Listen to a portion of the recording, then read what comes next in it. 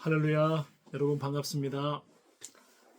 오늘도 예배 가운데 나오신 여러분들 환영하고 축복합니다. 또 우리 교회에 또 방문하신 분들, 또 새로 나와서 예배하시는 분들 모두 또 환영하고 축복합니다. 하나님께서는 주님의 몸된 교회와 그리고 가정을 사랑하십니다. 계속해서 복내려 주시기를 원하십니다. 그러니까 언제나 예배를 통해서 또 삶의 새 또 예배를 통해서 주님과 함께 하시기를 바라겠습니다. 오늘도 예배 후에 또 식사의 교제가 있습니다. 여러분 예배 마치시고 또 함께 시간이 허락되시는 분들은 남으셔서 같이 또 식탁의 교제를 나누시기를 바라겠습니다. 사랑의 나눔이 있는 곳에 하나님께서 함께 하신다 그랬습니다. 식탁의 교제도 굉장히 중요합니다. 그래서 여러분들 같이 나누고 가시면 더욱 즐거움을 하나님이 주시리라고 생각합니다. 자, 이 시간에도 우리 하나님의 말씀을 듣기를 원합니다. 하나님 말씀 사무엘하 24장 8절에서 10절 말씀 함께 보겠습니다. 말씀을 먼저 읽는 자들이 복이 있습니다. 같이 하나님 말씀 읽읍시다. 사무엘하 24장 8절부터입니다. 그들은 온 땅을 두루 다니고 9달 20날 만에 드디어 예루살렘에 이르렀다. 요압이 왕에게 백성의 수를 보고하였다. 칼을 빼서 다룰 수 있는 용사가 이스라엘에는 80만이 있고 유다에는 50만이 있었다. 다윗은 이렇게 인구를 조사하고 난 다음에 스스로 양심의 가책을 받았다. 그래서 다윗이 주님께 자백하였다. 내가 이러한 일을 해서 큰 죄를 지었습니다.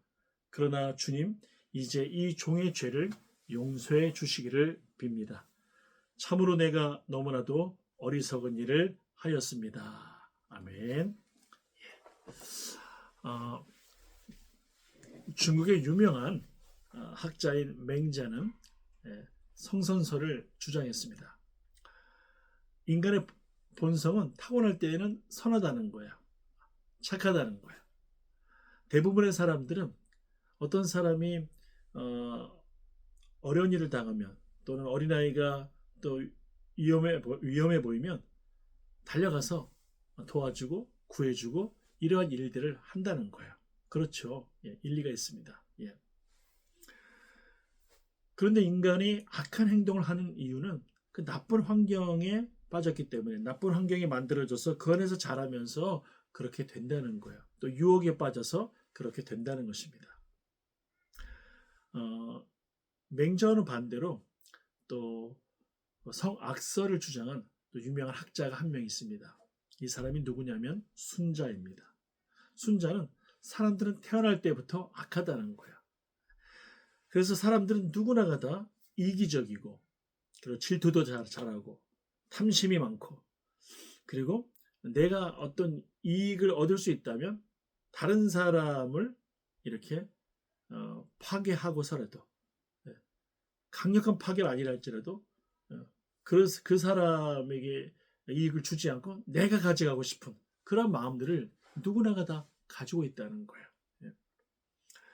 그래서 이러한 것은 교육을 통해서 훈련을 통해서 약한 것, 잘못된 것으로 고쳐 나가야 된다 이렇게 말을 했습니다. 맹자 이야기도 순자 이야기도 다 일리가 있습니다. 성악설도 또 맹자의 말처럼 또 성선설도 다 일리가 있어요. 전 둘 다 일리가 있다고 생각하는데 성경 말씀을 보면 하나님께서 아담과 하와를 창조하셨을 때 선하신 하나님의 호흡을 후 불어넣으셨잖아요. 그랬을 때 살아있는 생명체가 되어지잖아요. 여러분 하나님께서 하나님의 성품을 하나님의 마음을 따뜻한 마음을 선한 마음을 넣어주셨잖아요. 그러니까 그 성선설도 일리가 있는 것이죠. 그런데 뱀의 유혹을 받아서 악한 영의 사탄의 유혹을 받아서 하와도 아담도 무너지고 말죠. 탐심이 자리 잡고 그래서 죄가 세상에 들어오고 계속해서 죄가 더 많아지는 세상이 되었죠. 여러분 이러한 면에서 볼 때 인간이 악하다 이 측면에서 본다면 참 선한 선악과를 선악을 알게 하는 나무의 열매를 따먹기 전에 탐심을 가졌다는 것 그 자체를 보면 인간이 또 여기 유혹에 넘어가고 또 그것을 만약에 그 인간의 마음이 시작으로 본다면 인간의 마음이 악하다는 것도 일리가 있을 수 있겠다 생각합니다. 네. 그런데 성경에서는 그 결과론적으로 무엇이라고 말하는가? 저는 이것이 중요하다고 생각되어져요. 성경에서는 결과적으로 인간은 모두가 다 바로 선한 사람이 한 명도 없게 되었다 이렇게 선언합니다. 로마서 3장 12절 말씀을 보면 그렇게 나와요. 선을 행하는 자가 하나도 없다. 결국 바울이 로마에 보내는 그 편지에서 이야기하고 싶은 건 뭐냐면 인간은 모두가 다 부패했다. 만물보다 더 부패한 것이 사람이다. 사람이 이렇게 악하다. 탐심이 가득하다. 모두 죄 아래에 있다. 아담의 허리에서 난 모든 후손들 모두가 다 죄인이다. 이렇게 선언을 합니다. 이것으로 끝나는가? 아니에요. 이것으로 절망적으로 끝난다는 것이 아니고 바울이 전한 이 복음은 기쁜 소식은 뭐냐면 우리가 이렇게 악하고 선한 이가 없고 사람이 없고 죄인임에도 불구하고 하나님께서 그저 하나님의 사랑을 베풀어 주셔서 우리를 구원하셨다. 그러니까 우리가 살게 되는 것, 우리가 구원받는 것, 그것은 그저 하나님의 자비로 말미암는다. 이것을 이야기하고 있는 거예요. 그래서 로마서 말씀을 보면 결국에는 하나님의 초청, 다시 말해서 하나님께서 아들 예수 그리스도를 십자가에 희생하시죠. 우리의 죄를 담당하시고 죽게 하시죠. 하나님이 희생 제물로 삼으시죠. 바로 그 희생하신 하나님의 사랑의 초청, 그 예수님을 받아들이면 겸손하게 그 예수님을 받아들이면 하나님께서는 하나님의 자비를 베풀어 주신다. 구원을 베풀어 주신다. 이것을 말하고 있는 거예요. 로마서 주제는 바로 그것입니다. 우리가 믿음으로 구원을 받는다는 것은 바로 하나님의 자비로 구원을 받는다는 것을 가리키고 있는 거예요. 이것을 우리가 잘 이해하면서 하나님의 말씀을 듣기를 원해요. 요즘 그 사사기를 또 묵상하고 사무엘상, 사무엘하를 이렇게 묵상하다 보면 사람이 얼마나 심각한 죄인인가, 인간이 얼마나 큰 죄인인가를 깨닫게 되어집니다. 정말 말도 안 되는 죄악들이 가득 있잖아요. 계속해서 우상을 따라가요. 우상을 따라가는 이유가 뭐냐면 내 탐심을 채우기 위해서 따라간다는 게 문제인 거예요. 그 우상을 믿게 되어지면 내 쾌락을 누리게 되어지고 풍요로움을 누리게 되어지고 불편함이 사라지고 하나님 거룩하신 하나님 따라가니까 너무 불편하거든요. 그런데 우상을 따라가면 바알을 따라가고 아세라를 따라가고 몰록을 따라가고 이런 우상들을 따라가게 되어지면 만몬을 따라가고 이렇게 되어지면 내 쾌락이 충족이 돼. 내 마음대로 할 수가 있어. 그러니까 인간들이 그렇게 죄악을 저지릅니다. 여러분 이 메소포타미아 지역의 이 신전들을 보면은요, 뭐 여자 창녀들이 사절에 있고 남창들이 또 있고 뭐 별의별 정말 죄악이 가득 차 있습니다. 그런 것들이 무엇을 가리키는가? 인간의 죄성을 건드려주는 악한 영 사탄의 트릭에 인간이 빠지는데 결국 인간이 그 쾌락과 탐심을 쫓는 것, 결국 그 죄성 그것을 충만한 죄성 그것을 보여준다. 사무엘상, 사무엘하를 묵상하면서도 마찬가지입니다. 열왕기상도 이제 말씀도 묵상하면서 마찬가지인데 여러분 정말 하나님이 이렇게 사사들을 세우시잖아요. 그리고 또 하나님께서 얼마나 또 위대한 선지자들을 세우시지 않습니까? 아주 귀한 선지자들을 세우는데 가만 보면 이 사사들에게도 문제가 있는 경우들도 있어요. 사사들도 하나님 앞에 범죄하더라고요. 하나님이 은혜 주셔서 힘을 주셔서 사사의 역할을 감당했지만 때로 그 인간적인 생각을 갖기도 하고 또 어떤 사사는 이 사사라는 것은 하나님이 위기에서 이스라엘을 구원하시기 위해서 재판관으로 세우시고 또 리더로 세우시고 이런 사람이 사사인데 결국 하나님이 주신 그 힘을 강력한 힘을 자신의 정욕을 위해 사용하는 사사도 있잖아요. 바로 대표적인 사람이 누구예요? 삼손입니다. 결국 삼손이 그 여인에게 빠져가지고 하나님이 누설하지 말라고 말씀하셨던 그 힘의 근원인 머리카락을 이야기하잖아요. 이 머리카락이 잘리우면 나는 아무 힘이 없다. 이것을 이야기해 주잖아요. 참 남자는 이렇게 어리석습니다. 그렇게 이야기해요. 결국 그 머리카락이 잘리우고 힘을 잃어버리고 블레셋 사람들에게 두 눈이 뽑혀서 결국 노예로 끌려가게 되어지는 이런 상황이 발생합니다. 정말 너무나 슬픈 일이죠. 이것뿐만이 아니라 사사기를 읽다 보면 정말 사람들이 자기 소견대로 좋은 대로 합니다. 제사장들도 레위인들도 먹고 살기 위해서 돈 많은 어떤 가정집에 들어가서 거기 한 가정집에 또 제사장으로 있기도 하고 정말 별의별 또 사람들은 각자가 자기 우상을 가지고 있고 자기 소견대로 살아가는 거예요. 또 얼마나 많은 정말 윤리적인 타락들이 나오는지 몰라요. 충격적이죠. 충격을 받을 정도입니다. 그렇게 나옵니다. 참으로 슬픈 일이죠. 구약에도 대표적인 하나님의 은혜를 받은 사람이 누구죠? 다윗 왕입니다. 다윗이죠. 정말 일개 목동에서 이스라엘의 왕이 되어지는 정말 아주 드라마틱한 은혜를 받은 사람입니다. 10년의 세월을 사울 왕으로부터 추격을 받고 도망자가 되어지고 그 고난을 다 겪게 되어지고 그러면서 또 왕위에 올라서 엄청난 업적을 이루게 되어지고 막 이렇게 되어지잖아요. 하나님의 은혜로 그렇게 된 겁니다. 은혜로. 그런데 이 말씀들을 다 읽어가다 보면 참 다윗의 죄가 생각보다 많아요. 너무너무 많아요. 다윗의 죄가. 다윗이 그 이방인과 또 결혼하잖아요. 이방인과. 그렇게 결혼합니다. 구슬왕 달메의 딸 마아가와 결혼합니다. 이방인과 결혼도 하고. 또 그 사이에서 난 아들이 누구냐? 바로 압살롬입니다. 결국 뭐 그 압살롬 때문에 얼마나 많은 정말 고통을 겪습니까? 아버지를 배반하고 아버지를 죽이려고 하고 이런. 또 우리가 잘 아는 그 밧세바, 우리아의 아내, 자기 부하의 아내입니다. 그 아내를 빼앗고 그리고 또 죄악을 감추기 위해서 밧세바가 임신하니까 그 죄악을 감추기 위해서 그 충신이 우리아를 적진 깊숙한 곳에 보내가지고 죽이고 그러니까 정말 치졸하고 악한 일들을 이 다윗 왕조차도 했다는 것이죠. 너무나도 슬픈 일입니다. 마음 아픈 일입니다. 심지어 다윗 왕이 미갈이라고 하는 사울 왕의 딸이죠. 자기 아내였어요. 그런데 그 아내를 사울 왕이 다른 남자한테 결혼시킵니다. 그런데 또 나중에 또 그 미갈을 또 뺏어옵니다. 그렇게 뺏어오기도 하고 또 미갈을 또 결국 또 가까이 하지 않는 어떤 일들도 있고 물론 그것은 미갈의 잘못도 있습니다. 어찌되었든 간에 이런 일들이 막 계속해서 벌어지고 있습니다. 다윗 왕에게 심지어 압살롬이 그 아버지를 모반하잖아요. 아버지를 배반하잖아요. 그렇게 되었을 때 10명의 후궁을 예루살렘에 남겨두고 급하게 도망쳐요. 예루살렘을 지키라고. 그런데 나중에 복귀했을 때 어떻게 되어지냐면 10명의 후궁이 이제 압살롬과 잠자를 하게 되어집니다.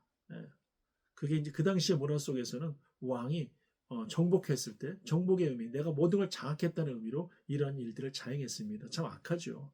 그것도 아버지의 아내들을 말도 안 되는 일이죠. 이렇게 인간이 죄로만 가득 차 있는 거예요. 그런데 나중에 복귀했을 때 어떤 일을 행하냐면 다윗이 그 10명을 궁에 가둬버립니다. 그리고 그들을 가까이 하지 않고 그들에게 벌을 내리는 것이죠. 어떤 면에서는. 물론 그 당시 문화적인 면에서 이해할 수 있는 부분이 없지 않아 있어요. 이런 부분들은. 그런데 좀 깊이 좀 들여다보면 참 너무 좀 안타깝고 좀 마음 아픈 일들이다. 오히려 자신이 책임지지 못했기 때문에 발생한 것들인데 참 마음 아픈 일들입니다. 어쨌든 간에 이 수많은 것들을 보면 다윗이 그렇게 뭐 완전한 존재, 그래서 하나님이 그를 축복하신 것은 아니다는 것이죠.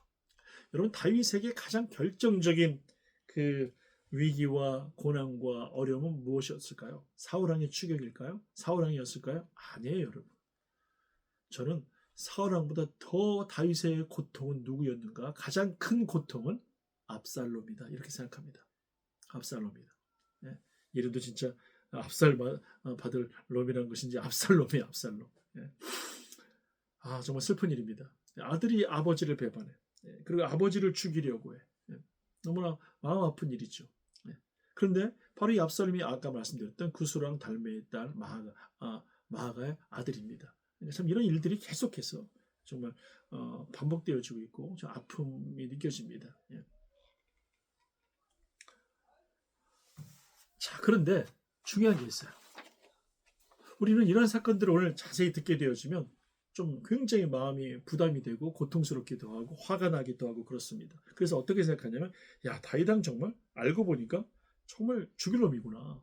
정말 나쁜 사람이구나. 이런 악을 자행했구나. 이렇게 이야기할 수가 있잖아요.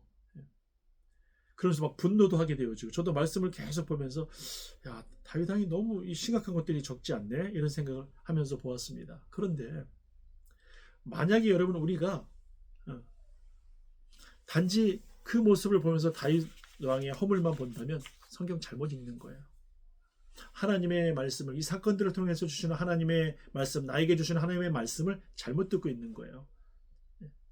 여러분, 이 말씀, 이 다윗 왕의 사건을 통해서 하나님께서 나에게 주시는 말씀은 이거예요. 내가 바로 그러한 존재다. 아니, 다윗보다 더 부족한 존재다. 이것을 보여줘요. 우리가 어찌 다윗보다 더 죄가 없다고 말할 수 있겠습니까? 이런 죄를 짓지 않았다고 죄가 적은 것인가요? 아니에요, 여러분. 어쩌면 우리는 더 계속해서 반복해서 죄를 짓고 회개하지 않고 계속해서 정말 하나님 앞에서 멀어져 있고 이런 때가 한두 번이 아니었을 거예요, 여러분. 그리고 오히려 더 치졸하게 하나님 앞에서 다른 어떤 복을 구하고 내 이기심을 채우려고 하고 이랬던 적이 한두 번이 아니었을 겁니다, 여러분. 아니, 오히려 우리가 정말 심각하게 다윗보다도 부족한 것이 있어요. 그것이 뭐냐면 무릎 꿇음이 부족하다는 거예요. 다윗처럼 정말 침상이 눈물에 젖을 정도로 무릎 꿇은 기억이 있는가? 정말 내 죄로 인해서 하나님 앞에서 다윗처럼 아파해 봤는가? 이것이 문제예요. 이것이. 그것을 다시 한번 생각하게 되어집니다. 다윗처럼 그렇게 새벽마다 하나님을 찾고 부르짖고 기도해 보았는가? 그러니까 다윗을 평가할 때 다윗의 죄만 본다면 다윗을 제대로 평가하는 건 아니에요. 다만 다윗이 참 심각한 죄를 지었다, 이것은 맞아요. 하지만 거기에서 머문다면 다윗을 제대로 보지 못하는 거예요. 하나님이 그를 왜 용서하시고 세우셨는가? 그 중심이 상한 심령이 되고 주님 앞에 진실로 무릎 꿇는 그 마음을 주님은 받으셨다는 거예요. 주님 앞에서는 이것이 중요합니다. 나에게는 그것이 있는가? 그럴 때 정말 다시 한 번 더 생각하게 되는 건 뭐냐면, 나는 정말 다윗에 비해서 형편없구나. 다윗은 저렇게 무릎 꿇었는데, 저렇게 하나님 앞에 무릎 꿇고 기도하고 의지하고 하나님을 정말 붙들기를 저렇게 원했는데 나에겐 저 마음이 있는가? 다시 한번 반성하고 회개하게 되어집니다. 여러분, 이 다윗을 통해서 우리가 정말 깨달아야 될 것들은 뭐냐면, 결국 나 같은 죄인도 하나님이 불쌍히 여기시는구나. 오늘의 내가 있는 것은 그저 하나님의 자비로 가능한 것이구나. 이것을 지금 다윗을 통해서 하나님 내게 말씀하시는 것이고 보여주고 계신 거예요. 다윗을 그렇게 살게 하신 하나님이, 다윗을 구원하시고 자비를 베푸신 하나님이 나도 그렇게 구원하시고 자비를 베푸신 것이구나. 이것을 깨닫게 되어지는 거예요. 이것이 중요한 겁니다. 사실 오늘 본문에서도 보면 다윗이 참 큰 또 실수를 해요. 나라가 막강해지니까, 강력해지니까, 나중에 자기의 나라의 힘, 파워를 한번 이렇게 파워가 어느 정도 되는지, 힘이 어느 정도 우리가 강력한 힘을 가지고 있는지 한번 체크해 보고 싶었어요. 확인해 보고 싶었어요. 그래서 군대 장관인 요압에게 한번 인구 조사를 하라고 이야기합니다. 그 인구 조사가 뭐냐면 군대의 숫자를, 칼을 들고 전쟁할 수 있는 숫자를 파악하기 위함이에요. 그 당시에 뭐 농사를 짓다가 또는 뭐 일을 하다가 또는 고기를 잡다가 또 양들을 치다가 이렇게 전쟁이 나면 모집을 합니다. 동원령이 떨어져요. 그러면 이렇게 동원되어서 나올 수 있는 사람들이 다 군대입니다. 군대의 숫자가 됩니다. 이 사람들을 파악하라는 거예요. 남자의 숫자를. 요압이 반대합니다. 이 장군이 반대해요. 왕이시여, 우리 지금 알고 계시지 않습니까? 지금 우리나라 지금 하나님이 은혜 주셔서 왕이 정치를 잘하셔서 이렇게 든든하게 되었습니다. 강력한 나라가 되었습니다. 주변이 우리에게 복종하고 있습니다. 다른 나라들이 조공도 바치고 있고요. 시리아도 우리한테 지금 무릎 꿇고 있고, 블레셋도 무릎 꿇고 있고, 아람도 또 모압도 다 무릎 꿇고 있지 않습니까? 그런데 왜요? 그리고 우리 군대 이미 어느 정도 알고 계시지 않습니까? 안 해도 되지 않습니까? 그래도 다윗이 강력하게 요구하는 거예요. 하라고. 그러니까 요압이 24장 서두에 보면 할 수 없이 부하들을 시켜서 전 이스라엘을 다니게 하면서 인구 조사를 하게 되어집니다. 그리고 이제 보고를 하는 거예요. 왕이시여, 우리가 지금 조사해 보니까 유다는 50만 명, 그리고 전 다른 이스라엘, 유다를 뺀 이스라엘은 한 80만 명, 우리가 이게 군대를 모을 수 있습니다. 이렇게 이야기해요. 그러니까 군대에 동원될 수 있는 사람이 130만 명이나 되는 거예요. 이러다가 물론 나올 수 있는 사람들입니다. 예비군도 지금으로 말하자면 포함될 수 있는 것이죠. 어떤 면에서는 예비군이 포함된 것이죠. 하지만 강력한 군대입니다. 많은 숫자입니다. 여기에서 얼마나 다윗이 든든함을 느꼈을까요? 그런데 이것이 문제다는 거예요. 이것이 문제다. 다윗이 깨달았어요. 하나님 앞에서 내가 지금 큰 실수를 했구나. 내가 군대를 의지했구나. 내 힘을 의지했구나. 나를 한번 내가 가진 게 얼마인지 한번 확인해 보고 싶었구나. 하나님을 의지하지 않았구나. 그래서 다윗이 알아서 하나님 앞에 무릎 꿇습니다. 하나님, 잘못했습니다. 제가 정말 잘못했습니다. 저를 불쌍히 여겨주시고 용서해 주십시오. 하나님께서 다윗의 교만과 그런 것들을 보면서 사실은 전염병을 보내서 7만 명 정도가 이스라엘 사람들이 죽게 되어집니다. 다윗이 그래서 하나님 차라리 저를 죽여주세요 막 이렇게 말할 정도로 다윗이 지도자가, 이 왕이 고통을 겪게 되어집니다. 여러분, 이렇게 인간은 부족하다는 거예요. 어쩌면 우리도 다윗 왕처럼 내가 가진 물질이 얼마만큼 될까? 어리석은 부자, 예수님이 비유한 부자와 같진 않나요? 물론 우리는 누구나 적지 않은 사람들, 대부분 사람들은 돈이 그만큼 없기 때문에 거기에서 안도감을 누리는 사람들은 거의 없을 거라고 생각을 합니다. 하지만 어떤 적은 양이라도 내가 그것을 의지하려고 하고 그것을 움켜쥐려고 하고 그런다면 우리도 어리석은 부자와 다를 게 무엇이 있을까요? 자기의 힘을 체크해보고 확인해보고 싶었던 다윗과 다를 바가 무엇이 있을까요? 하나님을 전적으로 의존하지 않았다는 것, 하나님을 전적으로 믿지 않고 의지하지 않았다는 측면에서는 인구 조사를 했던 다윗과 우리가 다를 바가 없다는 것이죠. 그러니까 항상 우리가 하나님 앞에서 놓치지 말아야 될 것이 뭐냐면 무릎 꿇음이에요. 하나님의 자비를 구하고 겸손히 무릎 꿇음을 계속해야 돼요. 그럴 때 하나님 우리를 불쌍히 여기십니다. 우리를 긍휼히 여기십니다. 하나님 오늘도 그런 분이세요. 하나님 오늘도 우리에게 그렇게 역사하시는 분이세요. 요즘에 가만 보면 참 우리를 겸손하지 못하게 만드는 일들이 적지 않아요. 우리 죄성이 막 살아나는 경우가 있어요. 겸손하지 좀 본질적으로 말하자면 겸손하지 않은 내 모습이 자꾸 드러나요. 그런 것들이 뭐냐면 어떤 SNS나 유튜브나 어떤 것들을 보면 사람들이 거기에 빠져가지고 누가 누구를 비판하고 누가 누구를 욕하면 다 거기에다가 화살을 쏩니다. 손가락질을 하고. 여러분, 우리가 정말 하나님 앞에 그저 하나님의 자비로 사는 존재인 걸 깨닫는다면, 우리가 하나님의 은혜로 사는 존재인 것을 깨닫는다면, 여러분, 결코 우리가 그렇게 할 수 없어요. 우리가 정말 하나님 앞에 무릎 꿇는 존재라면 그렇게 우리가 함부로 판단하고 그렇게 살아갈 수 없어요. 하나님, 저는 그저 하나님의 자비로 삽니다. 하나님의 은혜로 삽니다. 그런 무엇을 제가 욕하고 누구를 제가 판단할 수 있겠습니까? 겸손함, 이것이 중요해요. 여러분, 그래서 예수님께서 너희가 함부로 비판하지 마라, 정죄하지 말라 이렇게 말씀하셨던 이유는 너희는 용서받은 자이기 때문에 그렇다 말씀하시는 거예요. 너희는 하나님의 그저 자비로 구원받았고 살게 되어지고 은혜를 누리게 되는 자기 때문에 너희는 이것을 또한 이렇게 나눠주는 그 하나님의 자비의 통로가 되어야 된다, 이 말씀 하시는 거예요. 오늘 우리가 다윗을 통해서 다시 한번 우리가 마음에 한번 하나님의 말씀을 잘 듣기를 원합니다. 그것은 결국에는 우리는 완전히 내 죄 가운데 죽을 수밖에 없던 존재였다는 것. 나는 하나님의 은혜 아니면 살 수 없는 존재였다는 것. 존재라는 것. 이것을 내가 믿고 오늘도 무릎 꿇으며 나아가기 원합니다. 성경에 귀한 신앙의 인물들이 여러 명 나오죠. 참 많이 나옵니다. 그런데 베드로도, 심지어 바울도, 또 다윗도, 또 뭐 수많은 믿음의 사람들도, 야곱도 마찬가지죠. 야곱도. 또 수많은 믿음의 사람들도 마찬가지입니다. 다 허물들이 있었어요. 실수가 있었고 죄들이 있었고 정말 부족한 존재들입니다.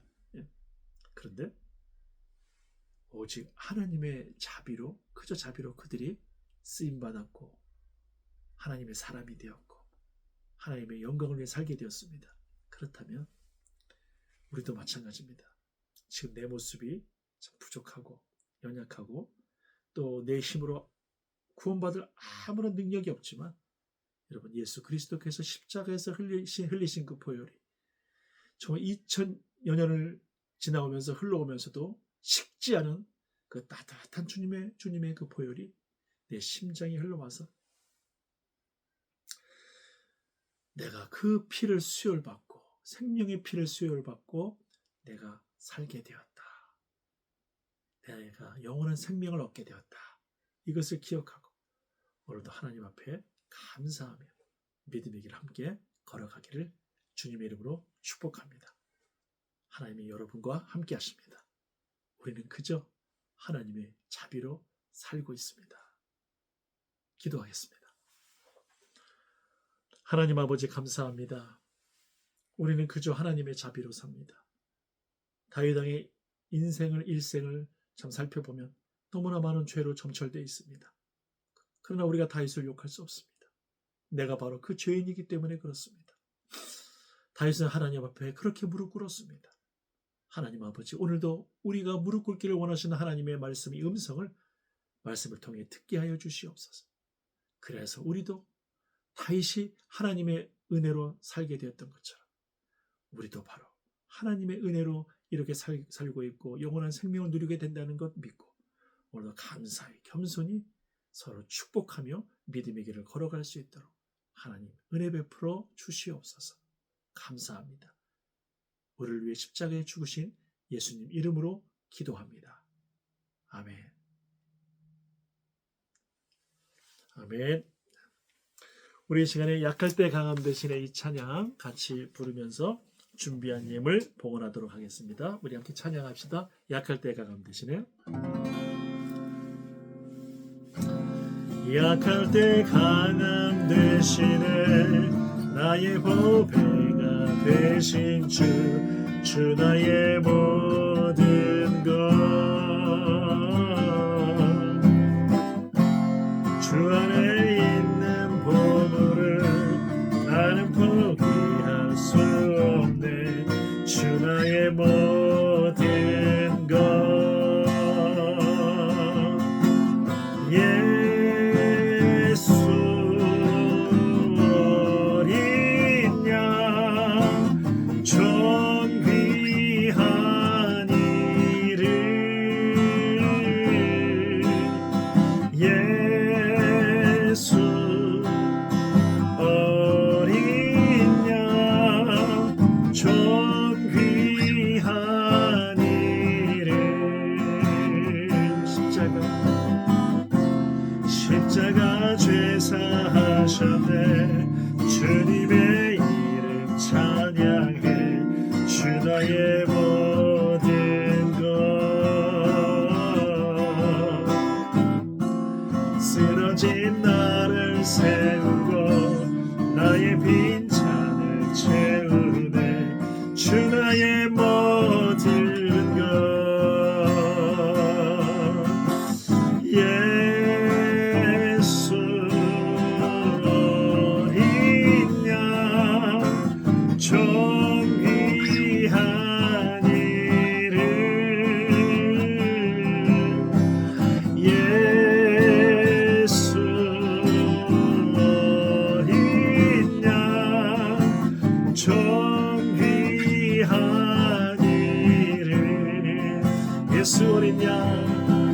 예수 어린 양 존귀한 이름 예수 어린 양 존귀한 이름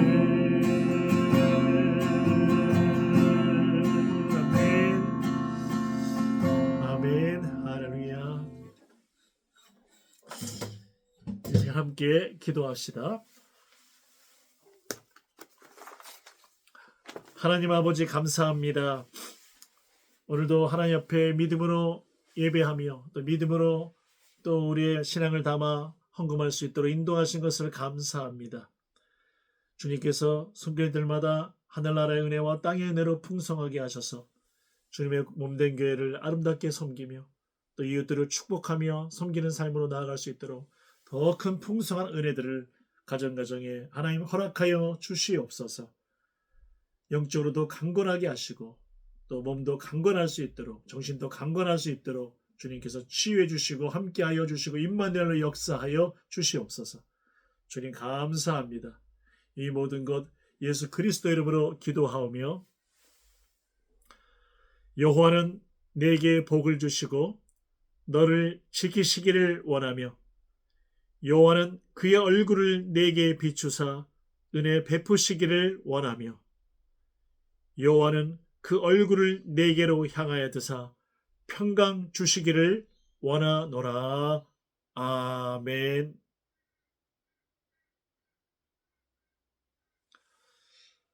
아멘. 네, 예배를 마쳤습니다. 감사합니다. 여러분 축복합니다.